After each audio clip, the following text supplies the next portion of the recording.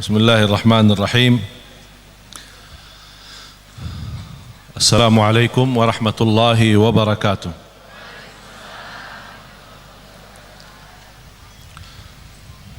Alhamdulillahi rabbil alamin wa ashhadu an la ilaha illallah wahdahu la syarika lah waliyus salihin wa ashhadu anna sayyidana wa nabiyyana Muhammadan abdullahi wa rasuluhu as-sadiqul amin. Allahumma salli wa sallim wa barik ala sayyidina Muhammad wa ala alihi wa sahbihi wa man tabi'ahum bi ihsanin ila yaumiddin. Subhanaka la ilma lana illa ma 'allamtana innaka antal alimul hakim. Alhamdulillah wa syukrillah.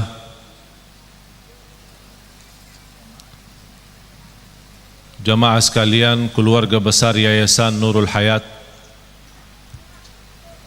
dan mohon maaf saya tidak sebut satu persatu, semua ada di sini, ketua yayasannya, dewan syariahnya, pengurusnya, pengawasnya, semua ada. Semoga perjuangan mereka diterima di sisi Allah Subhanahu wa taala.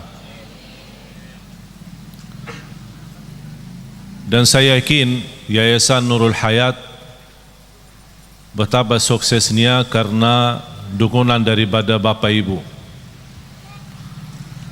Kalau tidak Bapak Ibu percaya dan menyalurkan amanat dan titipan itu melalui infak, sedekah, zakat, mana mereka bisa berjalan dan mana mereka bisa berguna bagi umat. Oleh karena itu terwujud kerjasama antara jamaah dengan yayasan itu sangat bermakna dan sangat berarti. Dan alhamdulillah sudah Bapak Ibu melihat dengan mata sendiri hasil perjuangan mereka. Sangat jelas, terbuka dan bahkan berhasil. Kalau bisa menenangkan hati kita di dunia, saya yakin infak sedekah Bapak Ibu yang telah salurkan ke yayasan ini akan menenangkan hati kita nanti di hadapan Allah hari kiamat.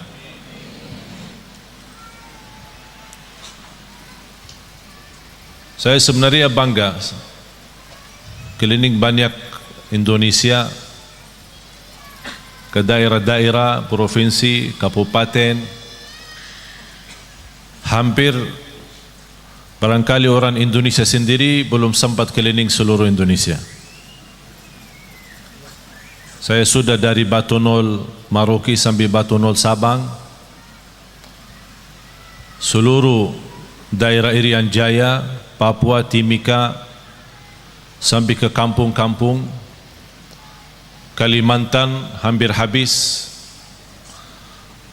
dari ujung ke ujung, dari Sumatera, mulai dari Aceh sampai ke Lampung, Jawa pun alhamdulillah mulai dari Jakarta sampai ke ujung Jember dalam program Safari Jawa.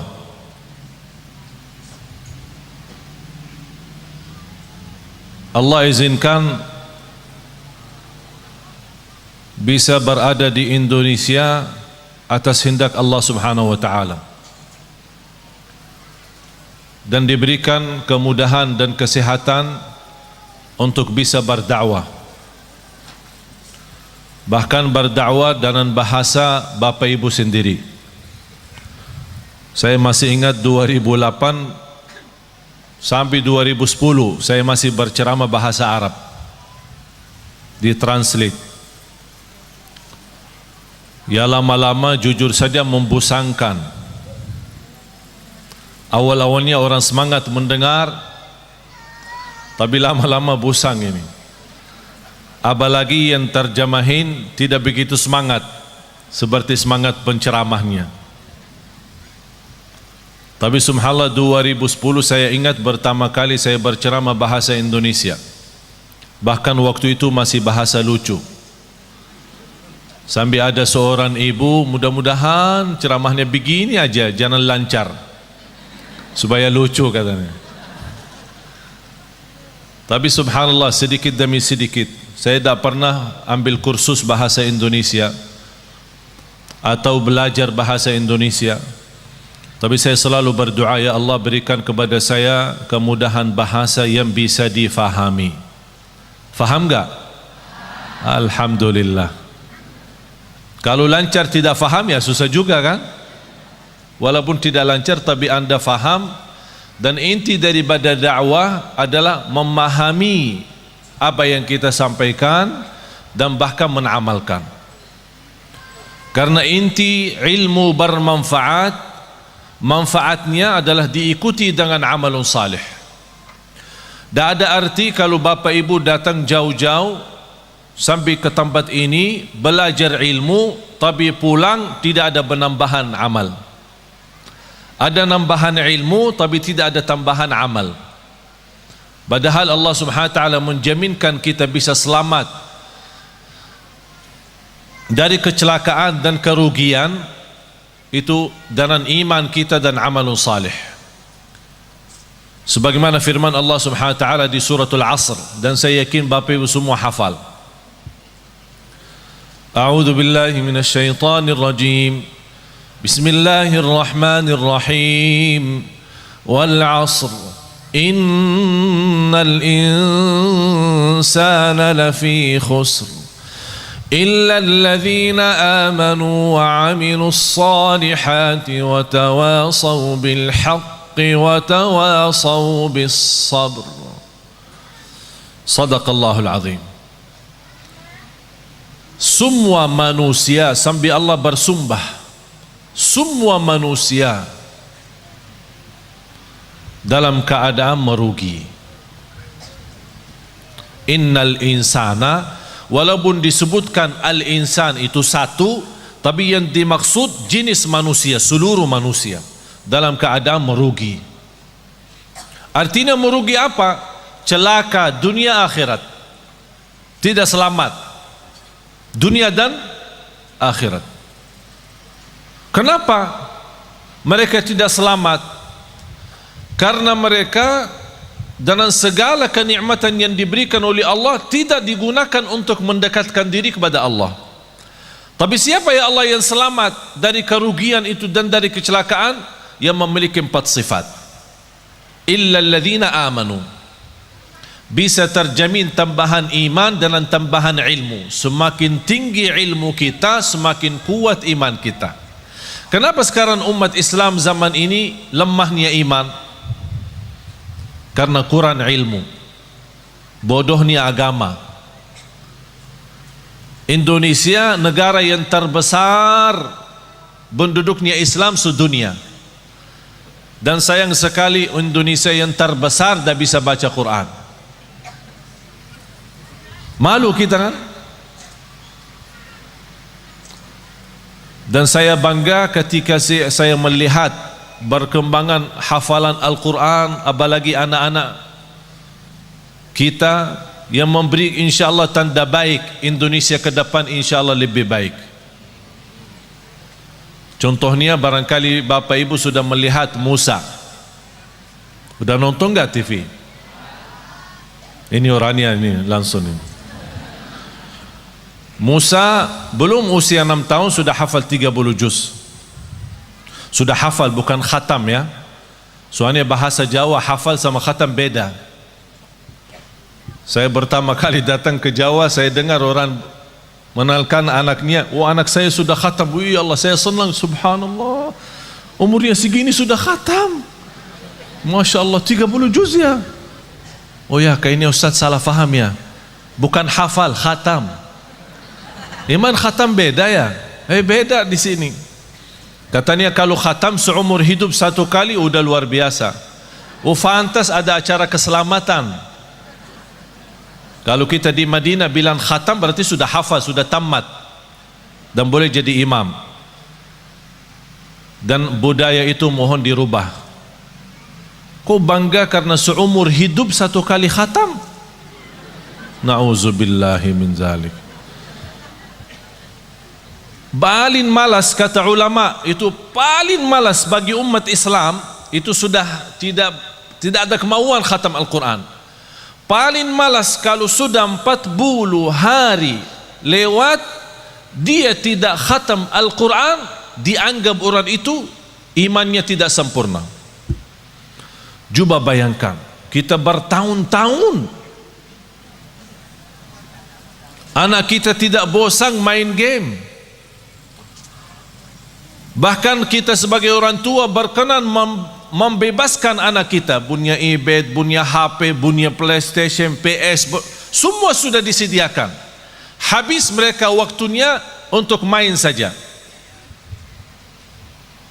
Habis mereka sudah usia, sudah semakin besar, baru datang bapa dan ibu, tolong Syekh, apa? Doakan Syekh. Oh kenapa? Anak saya susah salat. Iman anakmu umur berapa? Sudah 30 tahun Syekh.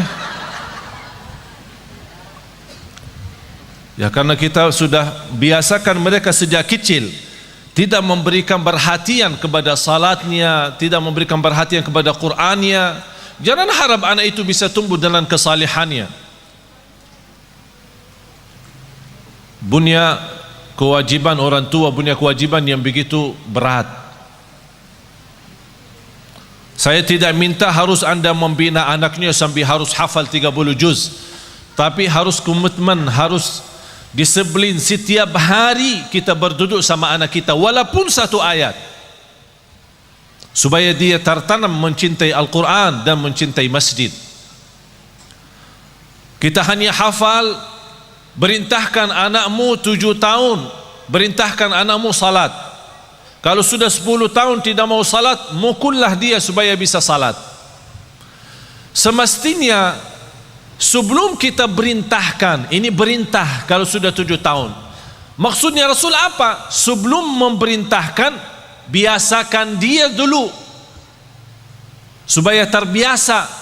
Artinya apa? Sejak dia kecil, masih di bawah 7 tahun, kita boleh membiasakan dia untuk bisa salat, untuk bisa membaca Al-Quran. Sampai kalau sudah 7 tahun, kita tidak punya, sebelumnya tidak punya kewajiban untuk memaksa atau memerintahkan. Tapi kalau sudah 7 tahun, baru mulai tugas baru adalah memerintahkan. Tapi supaya perintah itu bisa diterima dengan baik dan senang, kalau sebelumnya sudah membiasakan dia cinta Al-Quran dan cinta masjid, baru akan ringan menerima perintah dari orang tua. Anak salat, ya salat. Sekarang apa yang kita lihat? Apalagi kalau kita nak perhatiin masjid-masjid, yang paling ramai di masjid itu sudah bapak-bapak, sudah tua, mengharapkan husnul khatimah. Langkah-langkahnya aja susah berjalan, pelan-pelan aja ke masjid. Ditanya, Pak, anaknya mana? Oh, dia di rumah lagi tidur. Tapi coba bayangkan kalau jam sekolah, Pak, anaknya di mana? Oh, lagi sekolah. Karena kita membiasakan kalau bangunin dia subuh, ketika salat subuh tidak begitu kita menaturkan dan komitmen supaya dia bisa menjaga salat subuh, apalagi di masjid. Ayo nak, bangun nak, sudah azan nak. Ya, kedingin lah, nantok. Oh nantuk ya, ya udahlah. Malah ditutupin selimutnya lagi. Pas jam sekolah jam 7, bangunin lagi. Ayo nak, bangun. Masih nantuk. Bangun sekolah. Marah sekali. Upas sekolahnya marah. Kalau benar-benar kita cinta dan sayang anak kita, ingat firman Allah Subhanahu wa taala, Ya ayyuhalladzina amanu qu anfusakum wa ahlikum nara. Kita sebagai orang tua punya kewajiban berjuang untuk menyelamatkan anak kita dari neraka jahanam. Bukan sekolah yang bagus. Apa artinya sekolah tinggi, kuliah yang terbagus, bahkan bisa keluar negeri, tapi na'udzubillah di akhirat masuk neraka? Apa itu perjuangan? Illa alladzina amanu, mendasarkan iman. Dan semakin ilmu kita baik, semakin banyak mengenal Allah, semakin banyak mendalami Asmaul Husna, semakin banyak memahami Asmaul Husna, semakin tahu keagungan Allah Subhanahu wa taala, kita semakin mendekatkan diri kepada Allah dan semakin nikmat. Karena posisi iman naik turun. Bagaimana supaya naik terus? Ilmu yang bermanfaat. Pertama, ilmu yang sangat dianjurkan adalah ma'rifatullah, kita lebih mengenal Allah Subhanahu wa taala. Habis iman, amalun salih.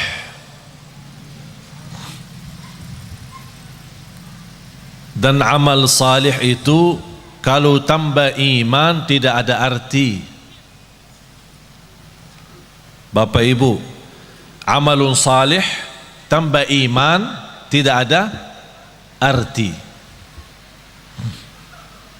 Ada enggak orang kafir dermawan? Ada. Terus masuk surga? Kenapa? Dia baik, dermawan, suka bantu yatim, padahal dia non muslim. Bantu yatim, bahkan bisa salurkan uang bangun masjid. Tapi amalan itu tidak ada arti amal salih dan kebaikan karena tambah iman, tidak ada iman.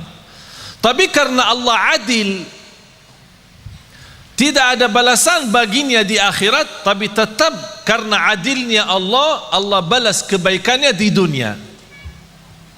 Biarpun dia orang kafir, dia berbuat baik, Allah balas kebaikannya. Sehat, sukses usahanya, lancar. Dan adil Allah Subhanahu wa taala. Tapi bagi orang beriman, Allah berikan dua kali, di dunia dan di akhirat. Itulah kelebihannya iman. Oleh karena itu kalau kita membaca Al-Quran, selalu amal salih terlibat dengan iman. Amanu wa amilu, amanu wa amilu. Kalau tidak ada iman, tidak ada arti amal salih. Dan amal itu harus salih, bukan semua amal. Ada orang mewakafkan tanpa jualan minuman keras lillahi ta'ala. Amal kan? Saya nawaitu beramal. Oleh karena itu tidak boleh dinamakan amal jariyah, tapi dinamakan sedekah jariyah. Karena amal jariyah, amal yang dimaksud macam-macam, ada yang baik, ada yang buruk. Wa amilus salihat. Bapak Ibu, di antara amal salih yang sangat berguna bagi kita hidup maupun mati adalah sedekah. Terjamin berkah harta karena sedekah. Semakin banyak harta kita, semakin sedekah banyak, semakin berkah. Istilah berkah bukan artinya harta kita banyak. Walaupun harta kita sedikit, tapi karena sudah di dalamnya ada kata berkah, harta yang sedikit itu sangat berguna untuk kebutuhan kita. Ada orang kaya raya, saya kenal tapi stres. Kaya raya, punya pesawat pribadi, rumahnya di mana-mana. Pas ketemu sama saya, pas isi acara di rumahnya, habis mulai tamu keluar, dia ajak saya ke dalam. Saya mau ngobrol sama saya. Pas begitu masuk, ada kantor pribadi beliau di dalam rumahnya. Begitu tutup pintu, malah dia peluk saya dan menangis. Pak, kenapa menangis? Takut. Apaan takut? Takut kehilangan harta itu. Takut miskin, takut sakit, takut celaka. Hartanya bisa sampai 7 turunan belum tentu habis, triliunan, tapi takut. Oleh karena itu Bapak Ibu, hidup sederhana apa adanya jauh lebih nikmat daripada berlebih-lebihan. Oleh karena itu orang yang salih, salah satu tanda kesalihannya harta yang dia sedekahkan jauh lebih banyak daripada yang dia simpan. Tapi dasar itu bisa menjadi ringan, sedekah lebih banyak daripada yang kita simpan adalah iman yang kuat. Tapi kalau imannya lemah, mana bisa? Saat bersedekah dia hitung-hitungan. Kalau diajak ramai kumpulin sedekahnya, dia buka dompetnya, ada isinya 1.000, 10.000, ada 100.000. Yang keluarin yang mana? Tidak apa-apa, jujur saja, tidak apa-apa. Katanya walaupun sedikit tapi ikhlas. Salah tuh. Itu dulu, masa dulu. Sekarang rubah perkataannya. Lebih baik banyak tapi ikhlas daripada sedikit tidak ikhlas. Harus banyak.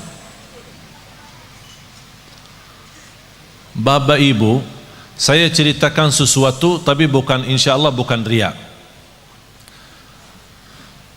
Seumur hidup saya sampai titik ini, saya tidak pernah zakat mal. Heran ya, kok bingung Ustaz tidak zakat sih? Kita diajurkan suruh zakat, kok Ustaz tidak zakat? Seumur hidup sampai titik ini saya tidak pernah mengeluarkan zakat setiap tahun. Kenapa? Karena saya tidak suka simpan duit. Kalau tidak ada duit bagaimana ada zakat? Ada zakat kalau ada nisab kan? Ada nisab, ada haul. Kalau tidak ada nisabnya mana boleh zakat? Dan aku heran terhadap seorang yang Allah berikan kelebihan rezeki, tapi saat dia berzakat dan sedekah itu sepertinya merasa takut kembali miskin. Wallahi hidup miskin di dunia lebih baik daripada hidup miskin di akhirat. Kenapa? Karena hidup miskin di dunia seberapa lama pun tetap namanya sebentar. Tapi kalau di akhirat, kaya selama-lamanya atau miskin selama-lamanya, tidak ada batas. Oleh karena itu bahagia seorang yang saat dia bersedekah dia sudah ingat, saya lagi isi tabungan akhirat saya, supaya nanti kalau saya hadap Allah hari kiamat, rekening akhirat saya masih banyak. Subhanallah, luar biasa. Oleh karena itu sedekah termasuk salah satu amalan yang sangat berguna bagi orang yang hidup maupun mati. Sampai ada sahabat, ya Rasulullah, ibu saya meninggal, apa yang harus saya bisa berikan kepada ibu yang berguna padahal ibu saya sudah meninggal? Kata Rasulullah, bersedekah. Bahkan Bapak Ibu tolong simpan surah Al-Munafiqun, surah 63 ayat 10. Surah 63, tolong simpan ya, ingat ya, jangan lupa. Surah 63 ayat 10. Allah jelaskan di ayat itu apa keinginan orang yang sudah mati. Apa keinginan orang yang sudah mati, sudah masuk kubur, sudah lihat mungkar nakir, sudah dibertanyakan Rabbuka, Madinuka, Man Nabiyuka, dan sudah melihat gelapnya kubur, sudah melihat sempitnya kubur, tidak ada siapa-siapa yang membantu, hanya satu dia mohon kepada Allah. وَأَنْفِقُوا مِمَّا رَزَقْنَاكُمْ مِنْ قَبْلِ أَنْ يَأْتِيَ أَحَدَكُمُ الْمَوْتُ فيقول رب لولا أخرتني إلى أجل قريب فأصدق وأكن من الصالحين. Ketika manusia menghadapi kematian dan bisa menyebutkan keinginannya dan cita-citanya, ya Allah, tundalah kematianku. Ya Allah, kembalikanlah aku dari kubur supaya aku bisa bersedekah kembali. Bukan bisa salat malam, bukan bisa baca Quran, bukan bisa puasa Isnin Kamis, bukan bisa berbakti baik sama orang tua, bukan supaya saya bisa haji umrah, bukan saya bisa nikmati Ramadan. Semua itu baik, tapi satu yang dia sebutkan, supaya saya bisa bersedekah kembali. Kenapa? Ulama menjelaskan, kenapa orang yang menghadapi kematian dan masuk kubur ingin kembali ke dunia untuk hanya bisa bersedekah lagi? Karena dia sudah lihat begitu dahsyat pahala sedekah yang telah dia berikan. Oleh karena itu dia mengharap, ya Allah, kalau memang begini, tolong kembali lagi ke dunia, tundalah kematianku supaya harta yang saya masih simpan bisa saya habiskan di jalanmu. Allahu Akbar. Sedekah itu luar biasa. Bahkan saking indahnya sedekah itu, Allah berikan satu pintu khusus namanya babus sedekah di surga. Jadi ada orang punya kelebihan apa? Ini ada babus sedekah masuk. Seperti Sayyidina Uthman. Sayyidina Uthman ibn Affan yang terkaya. Tahu enggak Bapak Ibu, ada satu cerita barangkali Bapak Ibu pertama kali mendengar. Sampai sekarang jarak kita antara kita sama Sayyidina Uthman 1400 tahun. Sampai sekarang ada satu rekening di bank di kota Madinah atas nama Uthman ibn Affan radhiyallahu anhu. Sampai sekarang. Itu apa? Beliau kan orangnya dermawan, suka bersedekah. Di antara sedekahnya dia menwakafkan sumur air yang dimiliki oleh orang Yahudi. Orang Yahudi ketika di zaman Rasul, orang Muslim mau minum, dia jual mahal. Jadi orang yang mampu bisa beli, orang yang tidak mampu tidak bisa. Kata Sayyidina Uthman begini, satu hari saya bayar, satu hari saya bayar untuk umat Islam. Jangan tolak orang, biar apapun, seberapapun dia ambil, biarkan saja. Dan satu hari untuk kamu. Jadi kontrak, satu hari buat saya, satu hari buat kamu. Tapi apa yang terjadi? Di hari giliran Sayyidina Uthman, orang Yahudi suka mensusahkan orang Islam untuk menambil air. Beralasan air hari ini kurang, air hari ini tidak lancar, air hari sumurnya tidak begitu penuh. Banyak macam alasan membuat orang merasa kesusahan. Dapat berita oleh Sayyidina Uthman ibn Affan radhiyallahu an, langsung datang ke orang Yahudi, saya tawarkan, saya mau beli sumur itu. Orang Yahudi cintaannya harta. Dia berkata, kalau berani ya saya bayar, saya jual mahal, mahal banget. Tapi karena Sayyidina Uthman radhiyallahu anhu tidak pernah menghitung-hitungan kalau saat di jalan Allah, berapapun harta, berapapun biayanya, saya yang beli. Begitu sudah jadi membeli sumur air itu, kata Sayyidina Uthman, ya Rabbi, saksikan sumur ini wakaf lillahi ta'ala sampai hari kiamat. Sampai titik ini penghasilan sumur air sama kubun, ada satu kubun namanya kubun Sayyidina Uthman, dibeli sama, karena bukan hanya sumurnya, dibeli kubunnya, kubun kurma. Semua penjualan hasil kurma daripada airnya di mana-mana pun masuk rekening Sayyidina Uthman. Sampai dia meninggal dunia masih ada bergilar hartanya, terus berjalan. Subhanallah. Bapak Ibu, sedekah itu luar biasa. Terjamin husnul khatimah dengan sedekah. Wallahi tidak ada orang yang istiqamah dan cinta sedekah pasti dapat husnul khatimah. Selamat dari kecelakaan, selamat dari kematian buruk.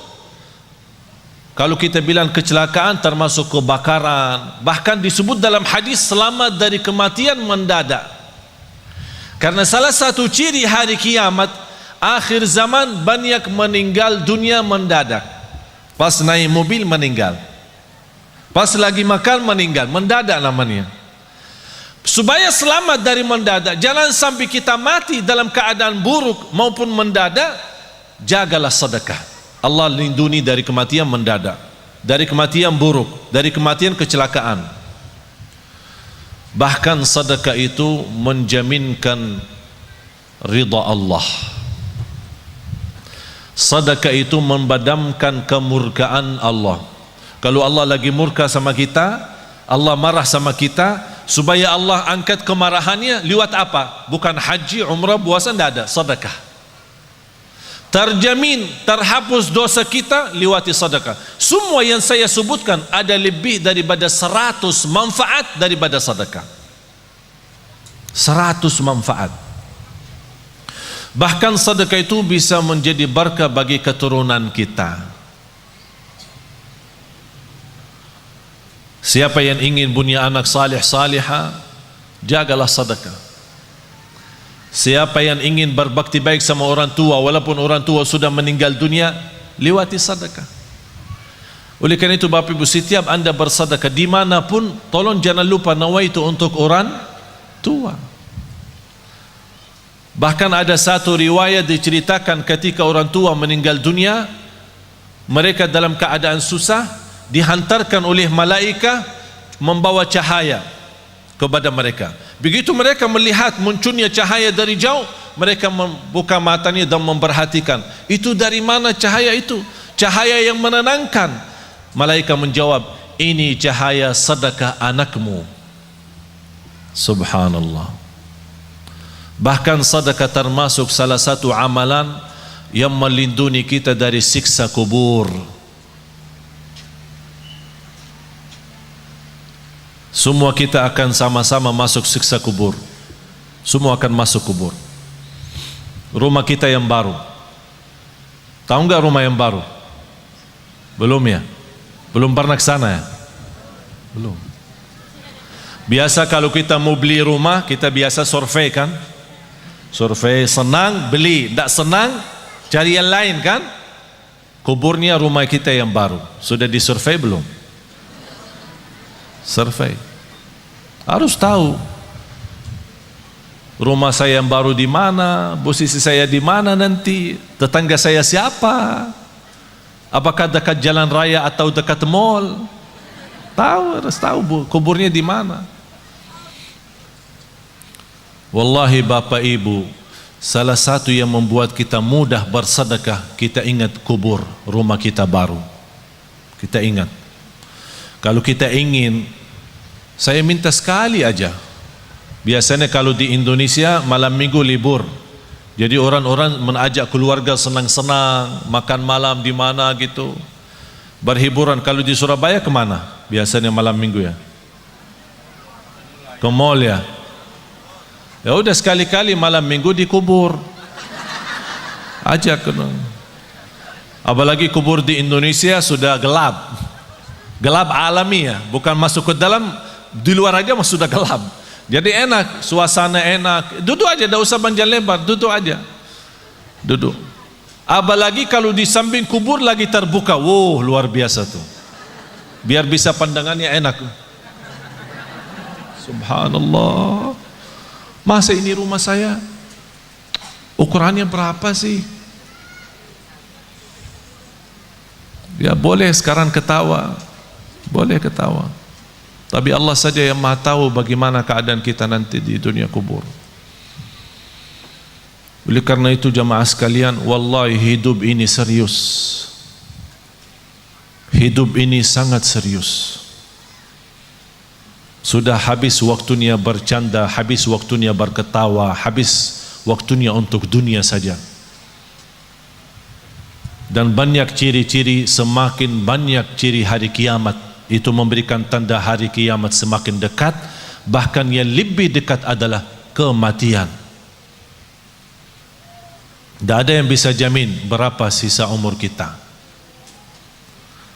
Sekarang kalau saya bertanya, yakin hidup atau yakin mati? Bukan yakin hidup. Yakin mati daripada yakin hidup. Kenapa? Karena tidak ada yang bisa jamin hidup sampai besok. Tapi bagi orang yang bersedekah, kapanpun dijemput kematian, dia siap. Dan saya minta bukan sedekah yang biasa-biasa, tapi sedekah yang luar biasa. Jangan kita sedekah biasa tapi minta ya Allah berikan rezeki yang luar biasa. Harus kita juga adil. Harus kita adil. Allah akan berikan yang luar biasa kalau kita juga bersedekah yang luar biasa. Wallahi Bapak Ibu, yang namanya harta bukan yang kita simpan, tapi yang harta sesungguhnya adalah yang kita memberi. Itulah yang namanya harta kita. Tapi yang harta kita simpan, wallahi bukan harta kita. Karena besok meninggal dunia dinikmati oleh ahli waris. Bahkan bisa ahli waris salah guna dan dosanya kita tanggung. Saya punya teman, keluarganya hampir 7 tahun bersaudara, pecah kakak adik, tidak bersalaman, tidak bersilaturahim, tidak, ini sebab harta. Teman saya di Mahkamah Agung menceritakan ada keluarga 20 tahun mondar-mandir ke mahkamah, urusan harta belum selesai, 20-an tahun. Harta menyakitkan, harta memecahkan. Apa guna harta kalau seperti itu? Na'udzubillah. Harta yang berguna, yang membuat kita senang, yang membuat kita bahagia, itulah yang namanya harta nikmat. Oleh karena itu kata Rasulullah, sebaik-baik harta di tangan hamba yang salih. Sebaik-baik harta di tangan hamba yang salih. Kenapa di tangan hamba yang salih? Karena hamba yang salih tidak pernah salah guna harta itu. Bahkan dia menjadikan harta jembatan menuju ridha Allah, menuju surga Allah. Jangan Anda berkata, saya tidak bisa berikan apa-apa. Dan saya tidak minta Bapak Ibu sekarang sebelum Anda pulang udah kosongkan rekening semua, blokir, habiskan, transfer semua isi rekeningnya kepada Yayasan Nurul Hayat. Saya tidak minta Anda sekarang buka tasnya, habiskan semua yang ada isinya. Tapi lepas ini, aduh, gara-gara Syekh jadi begini. Karena kita belum memiliki iman seperti Abu Bakar Siddiq.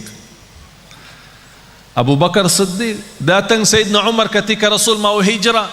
Sayyidina Umar datang membawa separuh harta. Sayyidina Umar waktu itu cukup kaya, separuh. Jadi kalau punya 2 rumah, ikhlas 1 rumah. Kalau punya 2 mobil, ikhlas 1. Kalau punya 2 istri, ikhlas 1. Subhanallah, luar biasa. Separuh harta dia ikhlaskan. Sampai Sayyidina Umar merasa dirinya sudah begitu luar biasa berbuatan kebaikan. Barangkali tidak ada yang terbayang, siapa yang mau kurbani separuh harta?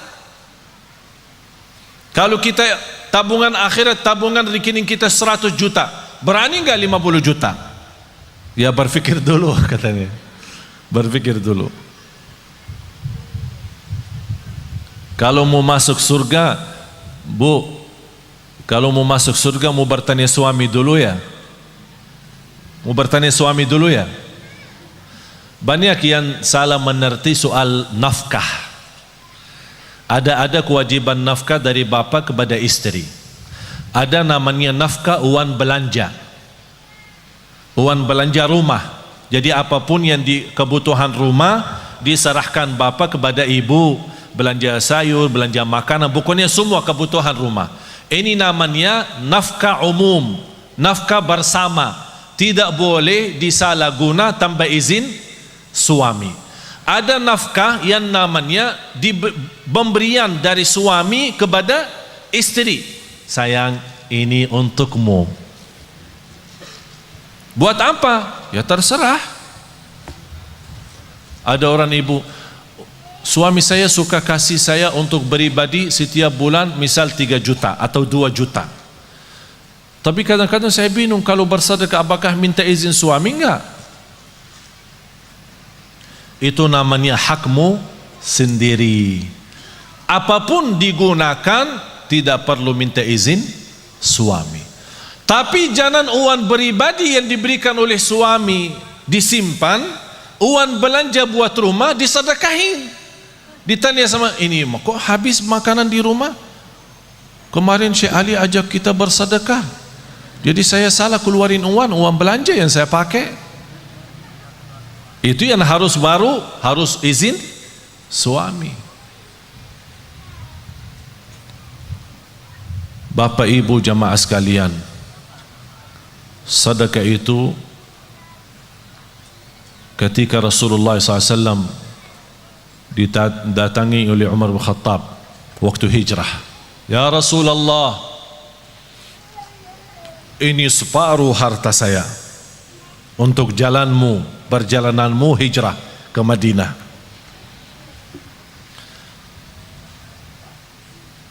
Rasulullah bertanya, apa yang kamu sisakan untuk keluargamu?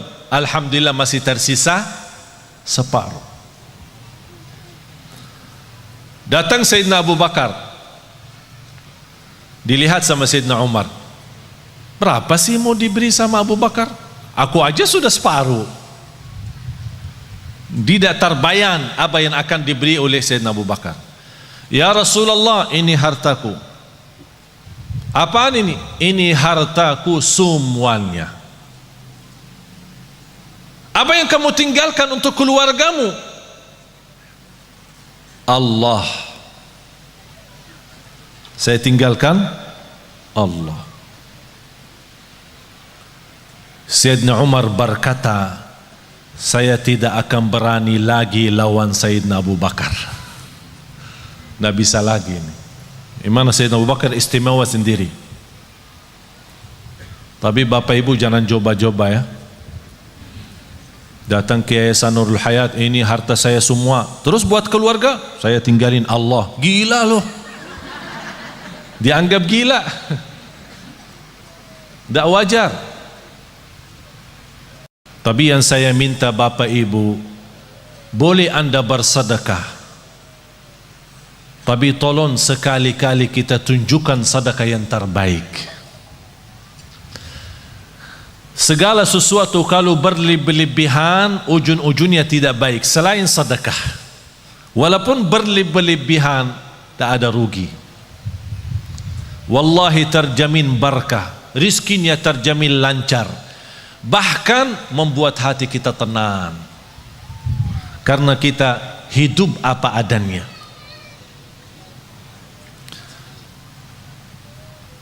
Ada satu amalan yang saya harap bapak ibu bisa amalkan.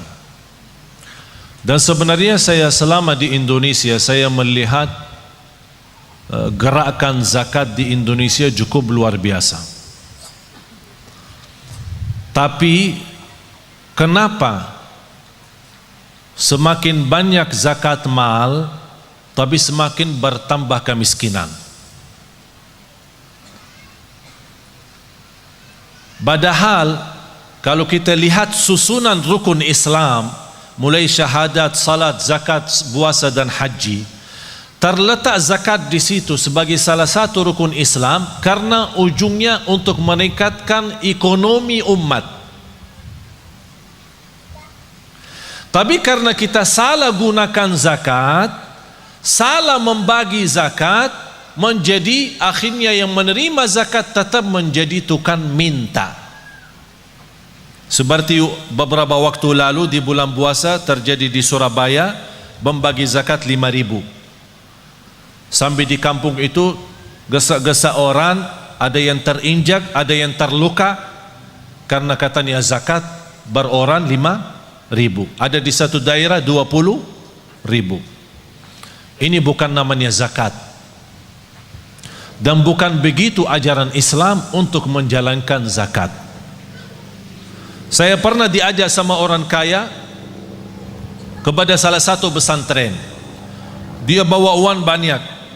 Bayanan saya, dia musarahkan kepada pesantren untuk kebinaan. Pas begitu sampai di sana, dia minta anak-anak santri dikumpulkan. semuanya antri satu persatu dan dia kasih mereka 50 beroran. Habis itu dia minta sama, ya Syekh tolong ikut bantu bagi. Tidak mau saya bagi, karena bapak itu salah menjalankan zakat seperti ini.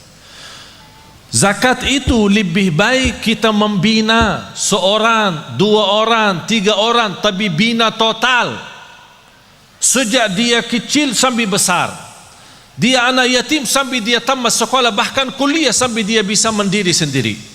Itulah namanya zakat yang bisa membuat orang lain bisa hidup mandiri, bahkan besok dia bisa memberi zakat daripada menerima zakat lagi.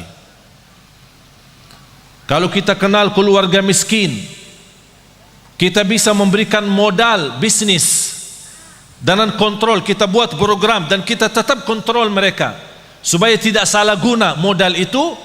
Insya Allah yang pertama menerima modal dari zakat, besok dia sukses dan maju usahanya, dia akan memberikan zakat. Sampai datang satu waktu seperti Sayyidina Umar ibn Abdul Aziz, orang bawa zakat, wahai Amirul Mukminin, kami punya uang zakat tapi tak ada yang terima.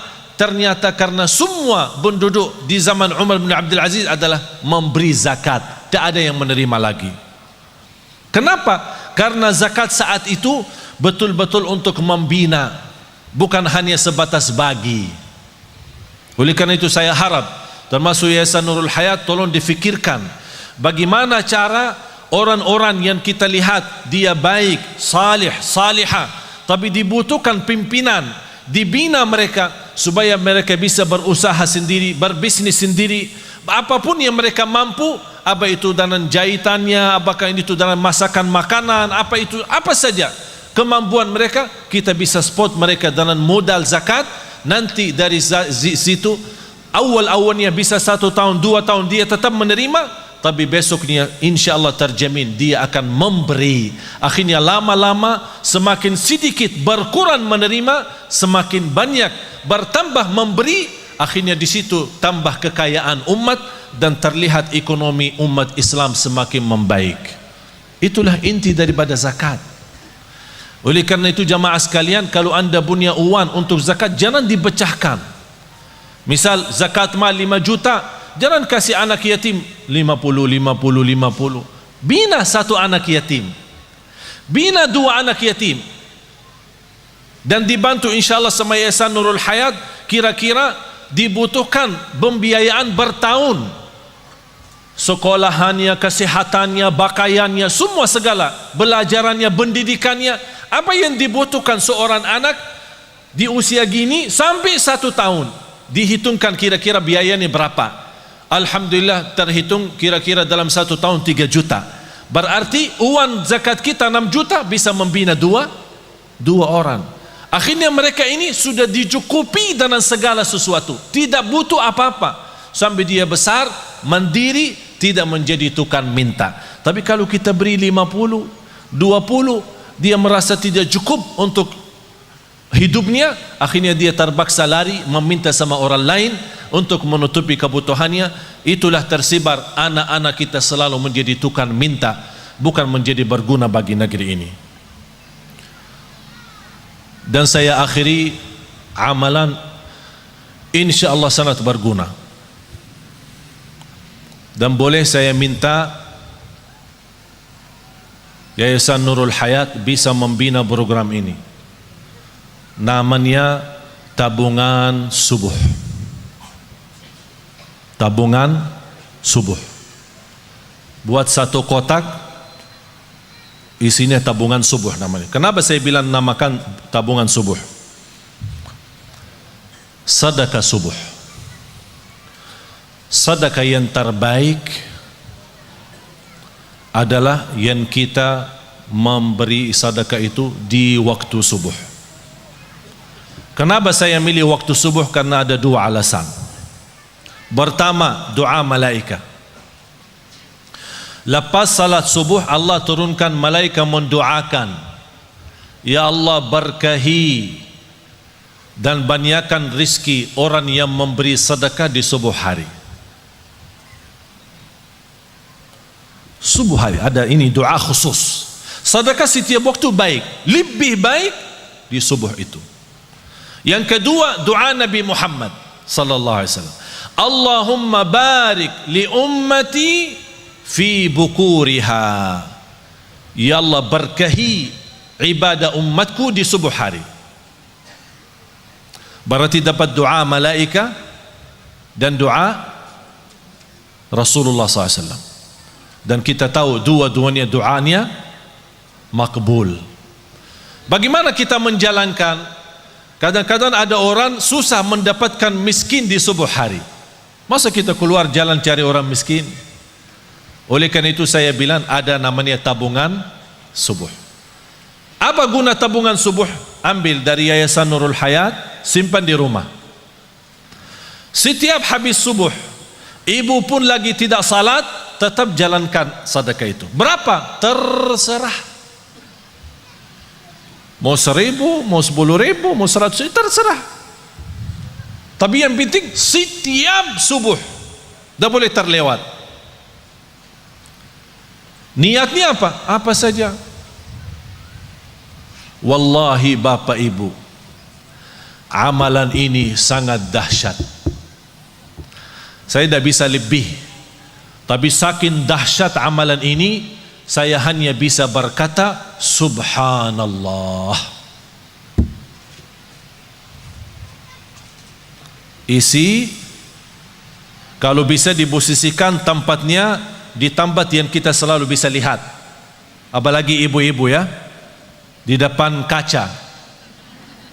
Karena sebelum keluar pasti menghadap kaca. Itu fardu ainin ya, fardu ain, bukan wajib, fardu ainin. Bagi ibu-ibu lihat kaca ya, ada bersihin muka, make up, kan itu wajib supaya menjaga kecantikannya, berhiasan. Begitu anda melihat ini, oh saya belum isi, bismillah isi. Buat apa? Buat anak saya ya Allah, buat orang tua saya ya Allah, buat kesehatan saya, apa saja niatnya. Tapi istiqamah. Punya supir di rumah, kasih satu tabungan. Dia tidak punya uang setiap subuh, kasih. Sudah sedekah subuh belum? Dah ada duit mah, udah nih, isi tabungan kamu. Membantu, kamu sudah belum? Dah ada uang, udah nih, 5.000, isi tabungan kamu sendiri. Biasakan semua dalam rumah menggerakkan sedekah itu semua, termasuk anak-anak, biarpun dia masih bayi, kasih tabungan sendiri.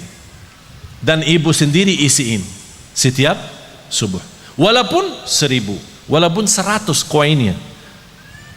Setiap hari ada kertas, tapi kadang-kadang ada ting-ting. Tapi ting-ting jangan sering, ting-ting mulu. Ya sekali-kali ting tidak apa-apa. Cuma ada uang sisa parkiran, habis sisa parkiran karena banyak kita kumpulin. Daripada tidak tahu kemana, isi. Tapi jangan setiap hari itu aja tin. Jadi malaikat pingin, kok tin mulu sih? Ya sekali-kali 100.000, sekali-kali 10.000. Kalau kita habis bulan umrah ada sisa uang rial, ada sisa uang dolar, udah isi di situ. Subhanallah. Wallahi bapak ibu, demi Allah, sangat luar biasa amalan itu.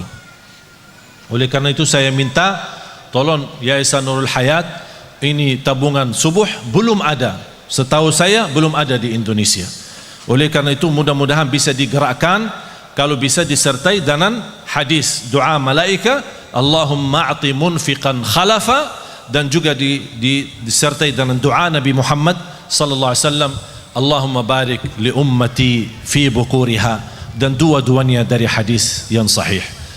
Bapak ibu jamaah sekalian, saya terharu dengan kegiatan Nurul Hayat, dan saya senang dan bangga bisa hadir di sini, dan saya juga termotivasi, dan insyaallah saya juga ikut beramal.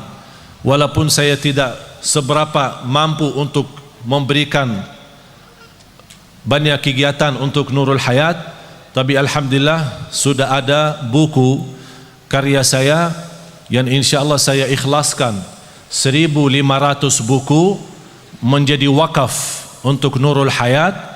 Terserah Nurul Hayat nanti mau jualkan berapa atau mau salurkan. Yang harus Untuk mendapatkan buku harus bayar wakafnya ke Nurul Hayat. Salah satu kemampuan saya adalah menwakafkan buku ini. Nanti insyaAllah saya akan kirimkan 1.500 buku untuk jamaah Nurul Hayat.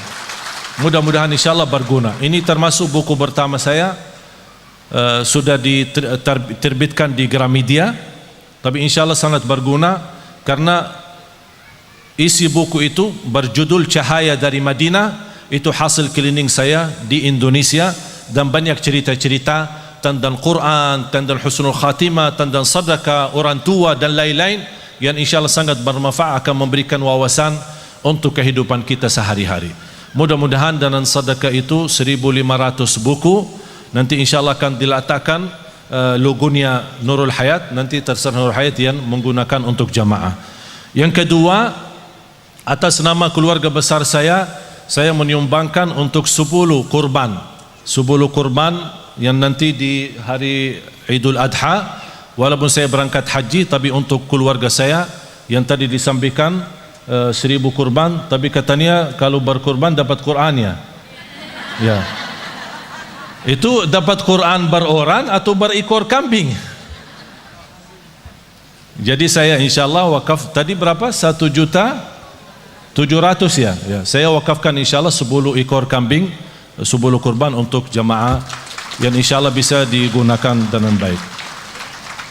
Terima kasih. Jujur saja saya bukan orang kaya, saya bukan orang mampu, tapi saya tidak bersahabatan dengan harta. Saya tidak cinta dengan harta. Apapun yang Allah berikan, alhamdulillah selalu disalurkan kembali. Dah pernah tersimpan, bahkan sampai berapa kali sudah diblokir rekening saya karena hampir kadang-kadang selalu kosong, ya. Tapi alhamdulillah, yang penting bisa kita menjadi berguna bagi orang lain. Wallahi Bapak Ibu percaya, harta yang berguna adalah yang kita beri, bukan yang kita simpan. Harta yang namanya rizki adalah yang kita bagikan, yang menjadi berguna bagi orang lain. Rasulullah SAW bersabda, yang memberi sedekah, yang menenangkan hati yang membutuhkan sedekah itu, akan Allah balas dengan menenangkan hati di dunia dan di akhirat. Allah berfirman di surah As-Sajdah ayat 16, فَلَا تَعْلَمُ نَفْسٌ مَا أُخْفِيَ لَهُم مِّن قُرَّةِ أَعْيُنٍ جَزَاءً بِمَا كَانُوا يَعْمَلُونَ. Ini salah satu ayat yang membuat saya percaya dan membuat saya senang bersedekah, senang beramal. Kenapa? Karena Allah janji dalam firman-Nya, tidak ada jiwa pun yang bisa tahu apa yang disimpan oleh Allah dari pahala-pahala yang akan nanti menenangkan hatimu. Kalau Allah berkata pahala itu akan menenangkan hatimu, percayalah akan Allah menenangkan hati kita. Kenapa ya Allah menenangkan hati kita? Jazaa'an bima kanu ya'malun. Itu balasan Allah terhadap apa yang telah kita berikan, terhadap apa yang kita amalkan. Oleh karena itu saya harapkan semua Bapak Ibu semangat untuk bersedekah, semangat untuk menjalankan sedekah istiqamah, sedekah subuh, sedekah setiap waktu dan setiap saat.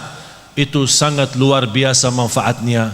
Mudah-mudahan dengan amalan ini saya percaya dan yakin tidak sampai 1 atau 2 minggu, wallahi akan anda merasa, ya Allah ternyata enak, nikmat. Allah akan rubahkan banyak keadaan kita, insya Allah menjadi lebih baik.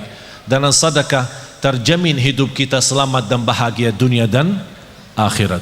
Apapun masalah kita, masalah dalam rumah tangga, masalah jodoh, tadi diumumkan barang siapa yang ingin berkaryawan dari pesantren, ya silahkan daftar ya. Saya juga bukakan Nurul Hayat mulai hari ini. Yang minta jodoh, ibu-ibu minta menantu menghafal Al-Quran, silahkan daftar sekarang. Yang mau cari istri, silahkan daftar dari sekarang. Mau cari menantu perempuan maupun menantu laki, semua ada. Ganteng-ganteng, manis-manis lagi, bacaannya bagus-bagus, menghafal Al-Quran. Ya, kalau saya dapat juga lagi boleh juga. Terima kasih. Mari kita sama-sama berdoa. Mudah-mudahan doa kita dikabulkan dan diterima di sisi Allah Subhanahu wa taala. Bismillahirrahmanirrahim. Alhamdulillahi rabbil alamin. Allahumma salli ala sayyidina Muhammad wa ala ali sayyidina Muhammad. Allahumma ya Allah ya dzal jalal wal ikram. Nas'aluka al-'afwa wal 'afiyah. Ya Allah, ampunilah segala dosa kami. Ya Allah, sucikan hati kami, bersihkan jiwa kami. Ya Allah, Engkau izinkan kami berkumpul di tempat ini.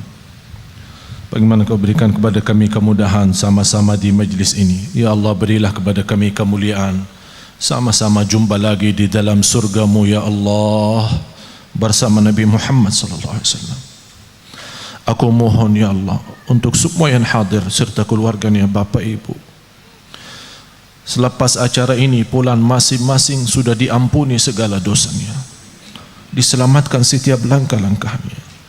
Ya Allah, aku mohon untuk Bapak Ibu serta keluarga di siang hari ini pulang masing-masing membawa ridha-Mu ya Allah. Panjangkan umur kami dalam keadaan sihat walafiat. Berikan kepada kami harta yang berguna, harta yang berkah, rezeki yang halal, yang menenangkan keluarga kami dan menenangkan orang yang membutuhkan bantuan kami.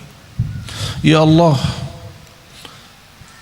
terimalah segala sedekah kami, segala perjuangan kami, walaupun tidak seberapa pun yang kami berikan di jalan-Mu, tapi kami mohon ya Allah diterima di sisi-Mu, menjadi bermanfaat, berguna bagi keluarga kami.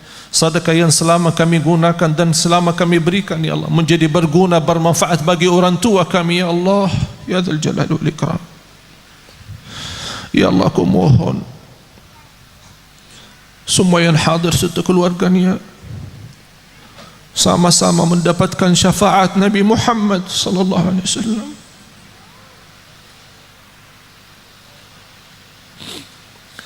Ya Allah, selamatkan wajah Bapak Ibu dari neraka Jahannam. Selamatkan keluarga kami dari siksa neraka Jahannam. Berikan kepada keluarga kami kemudahan ya Allah. Keluarga sakinah mawaddah rahmah, keturunan anak dan cucu salih salihah, anak dan cucu penghafal Al-Quran. Berikan ya Allah kemudahan dan keselamatan dan kelancaran bagi jamaah haji kami ya Allah.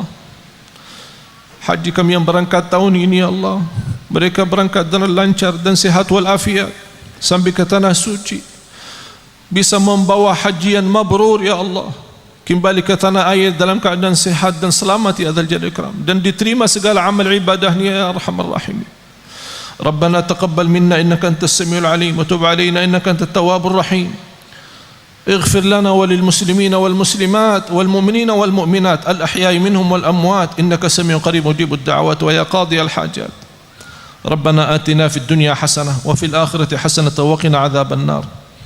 وصلى الله على سيدنا ونبينا محمد وعلى آله وصحبه وبارك وسلم. سبحان ربك رب العزة عما يصفون وسلام على المرسلين والحمد لله رب العالمين.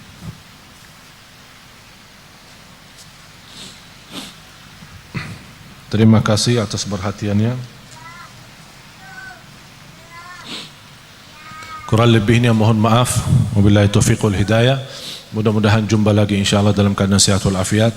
Dan saya mohon izin karena pesawat saya jam 11, saya harus keburu pulang karena lanjutan langsung ke Brunei Darussalam.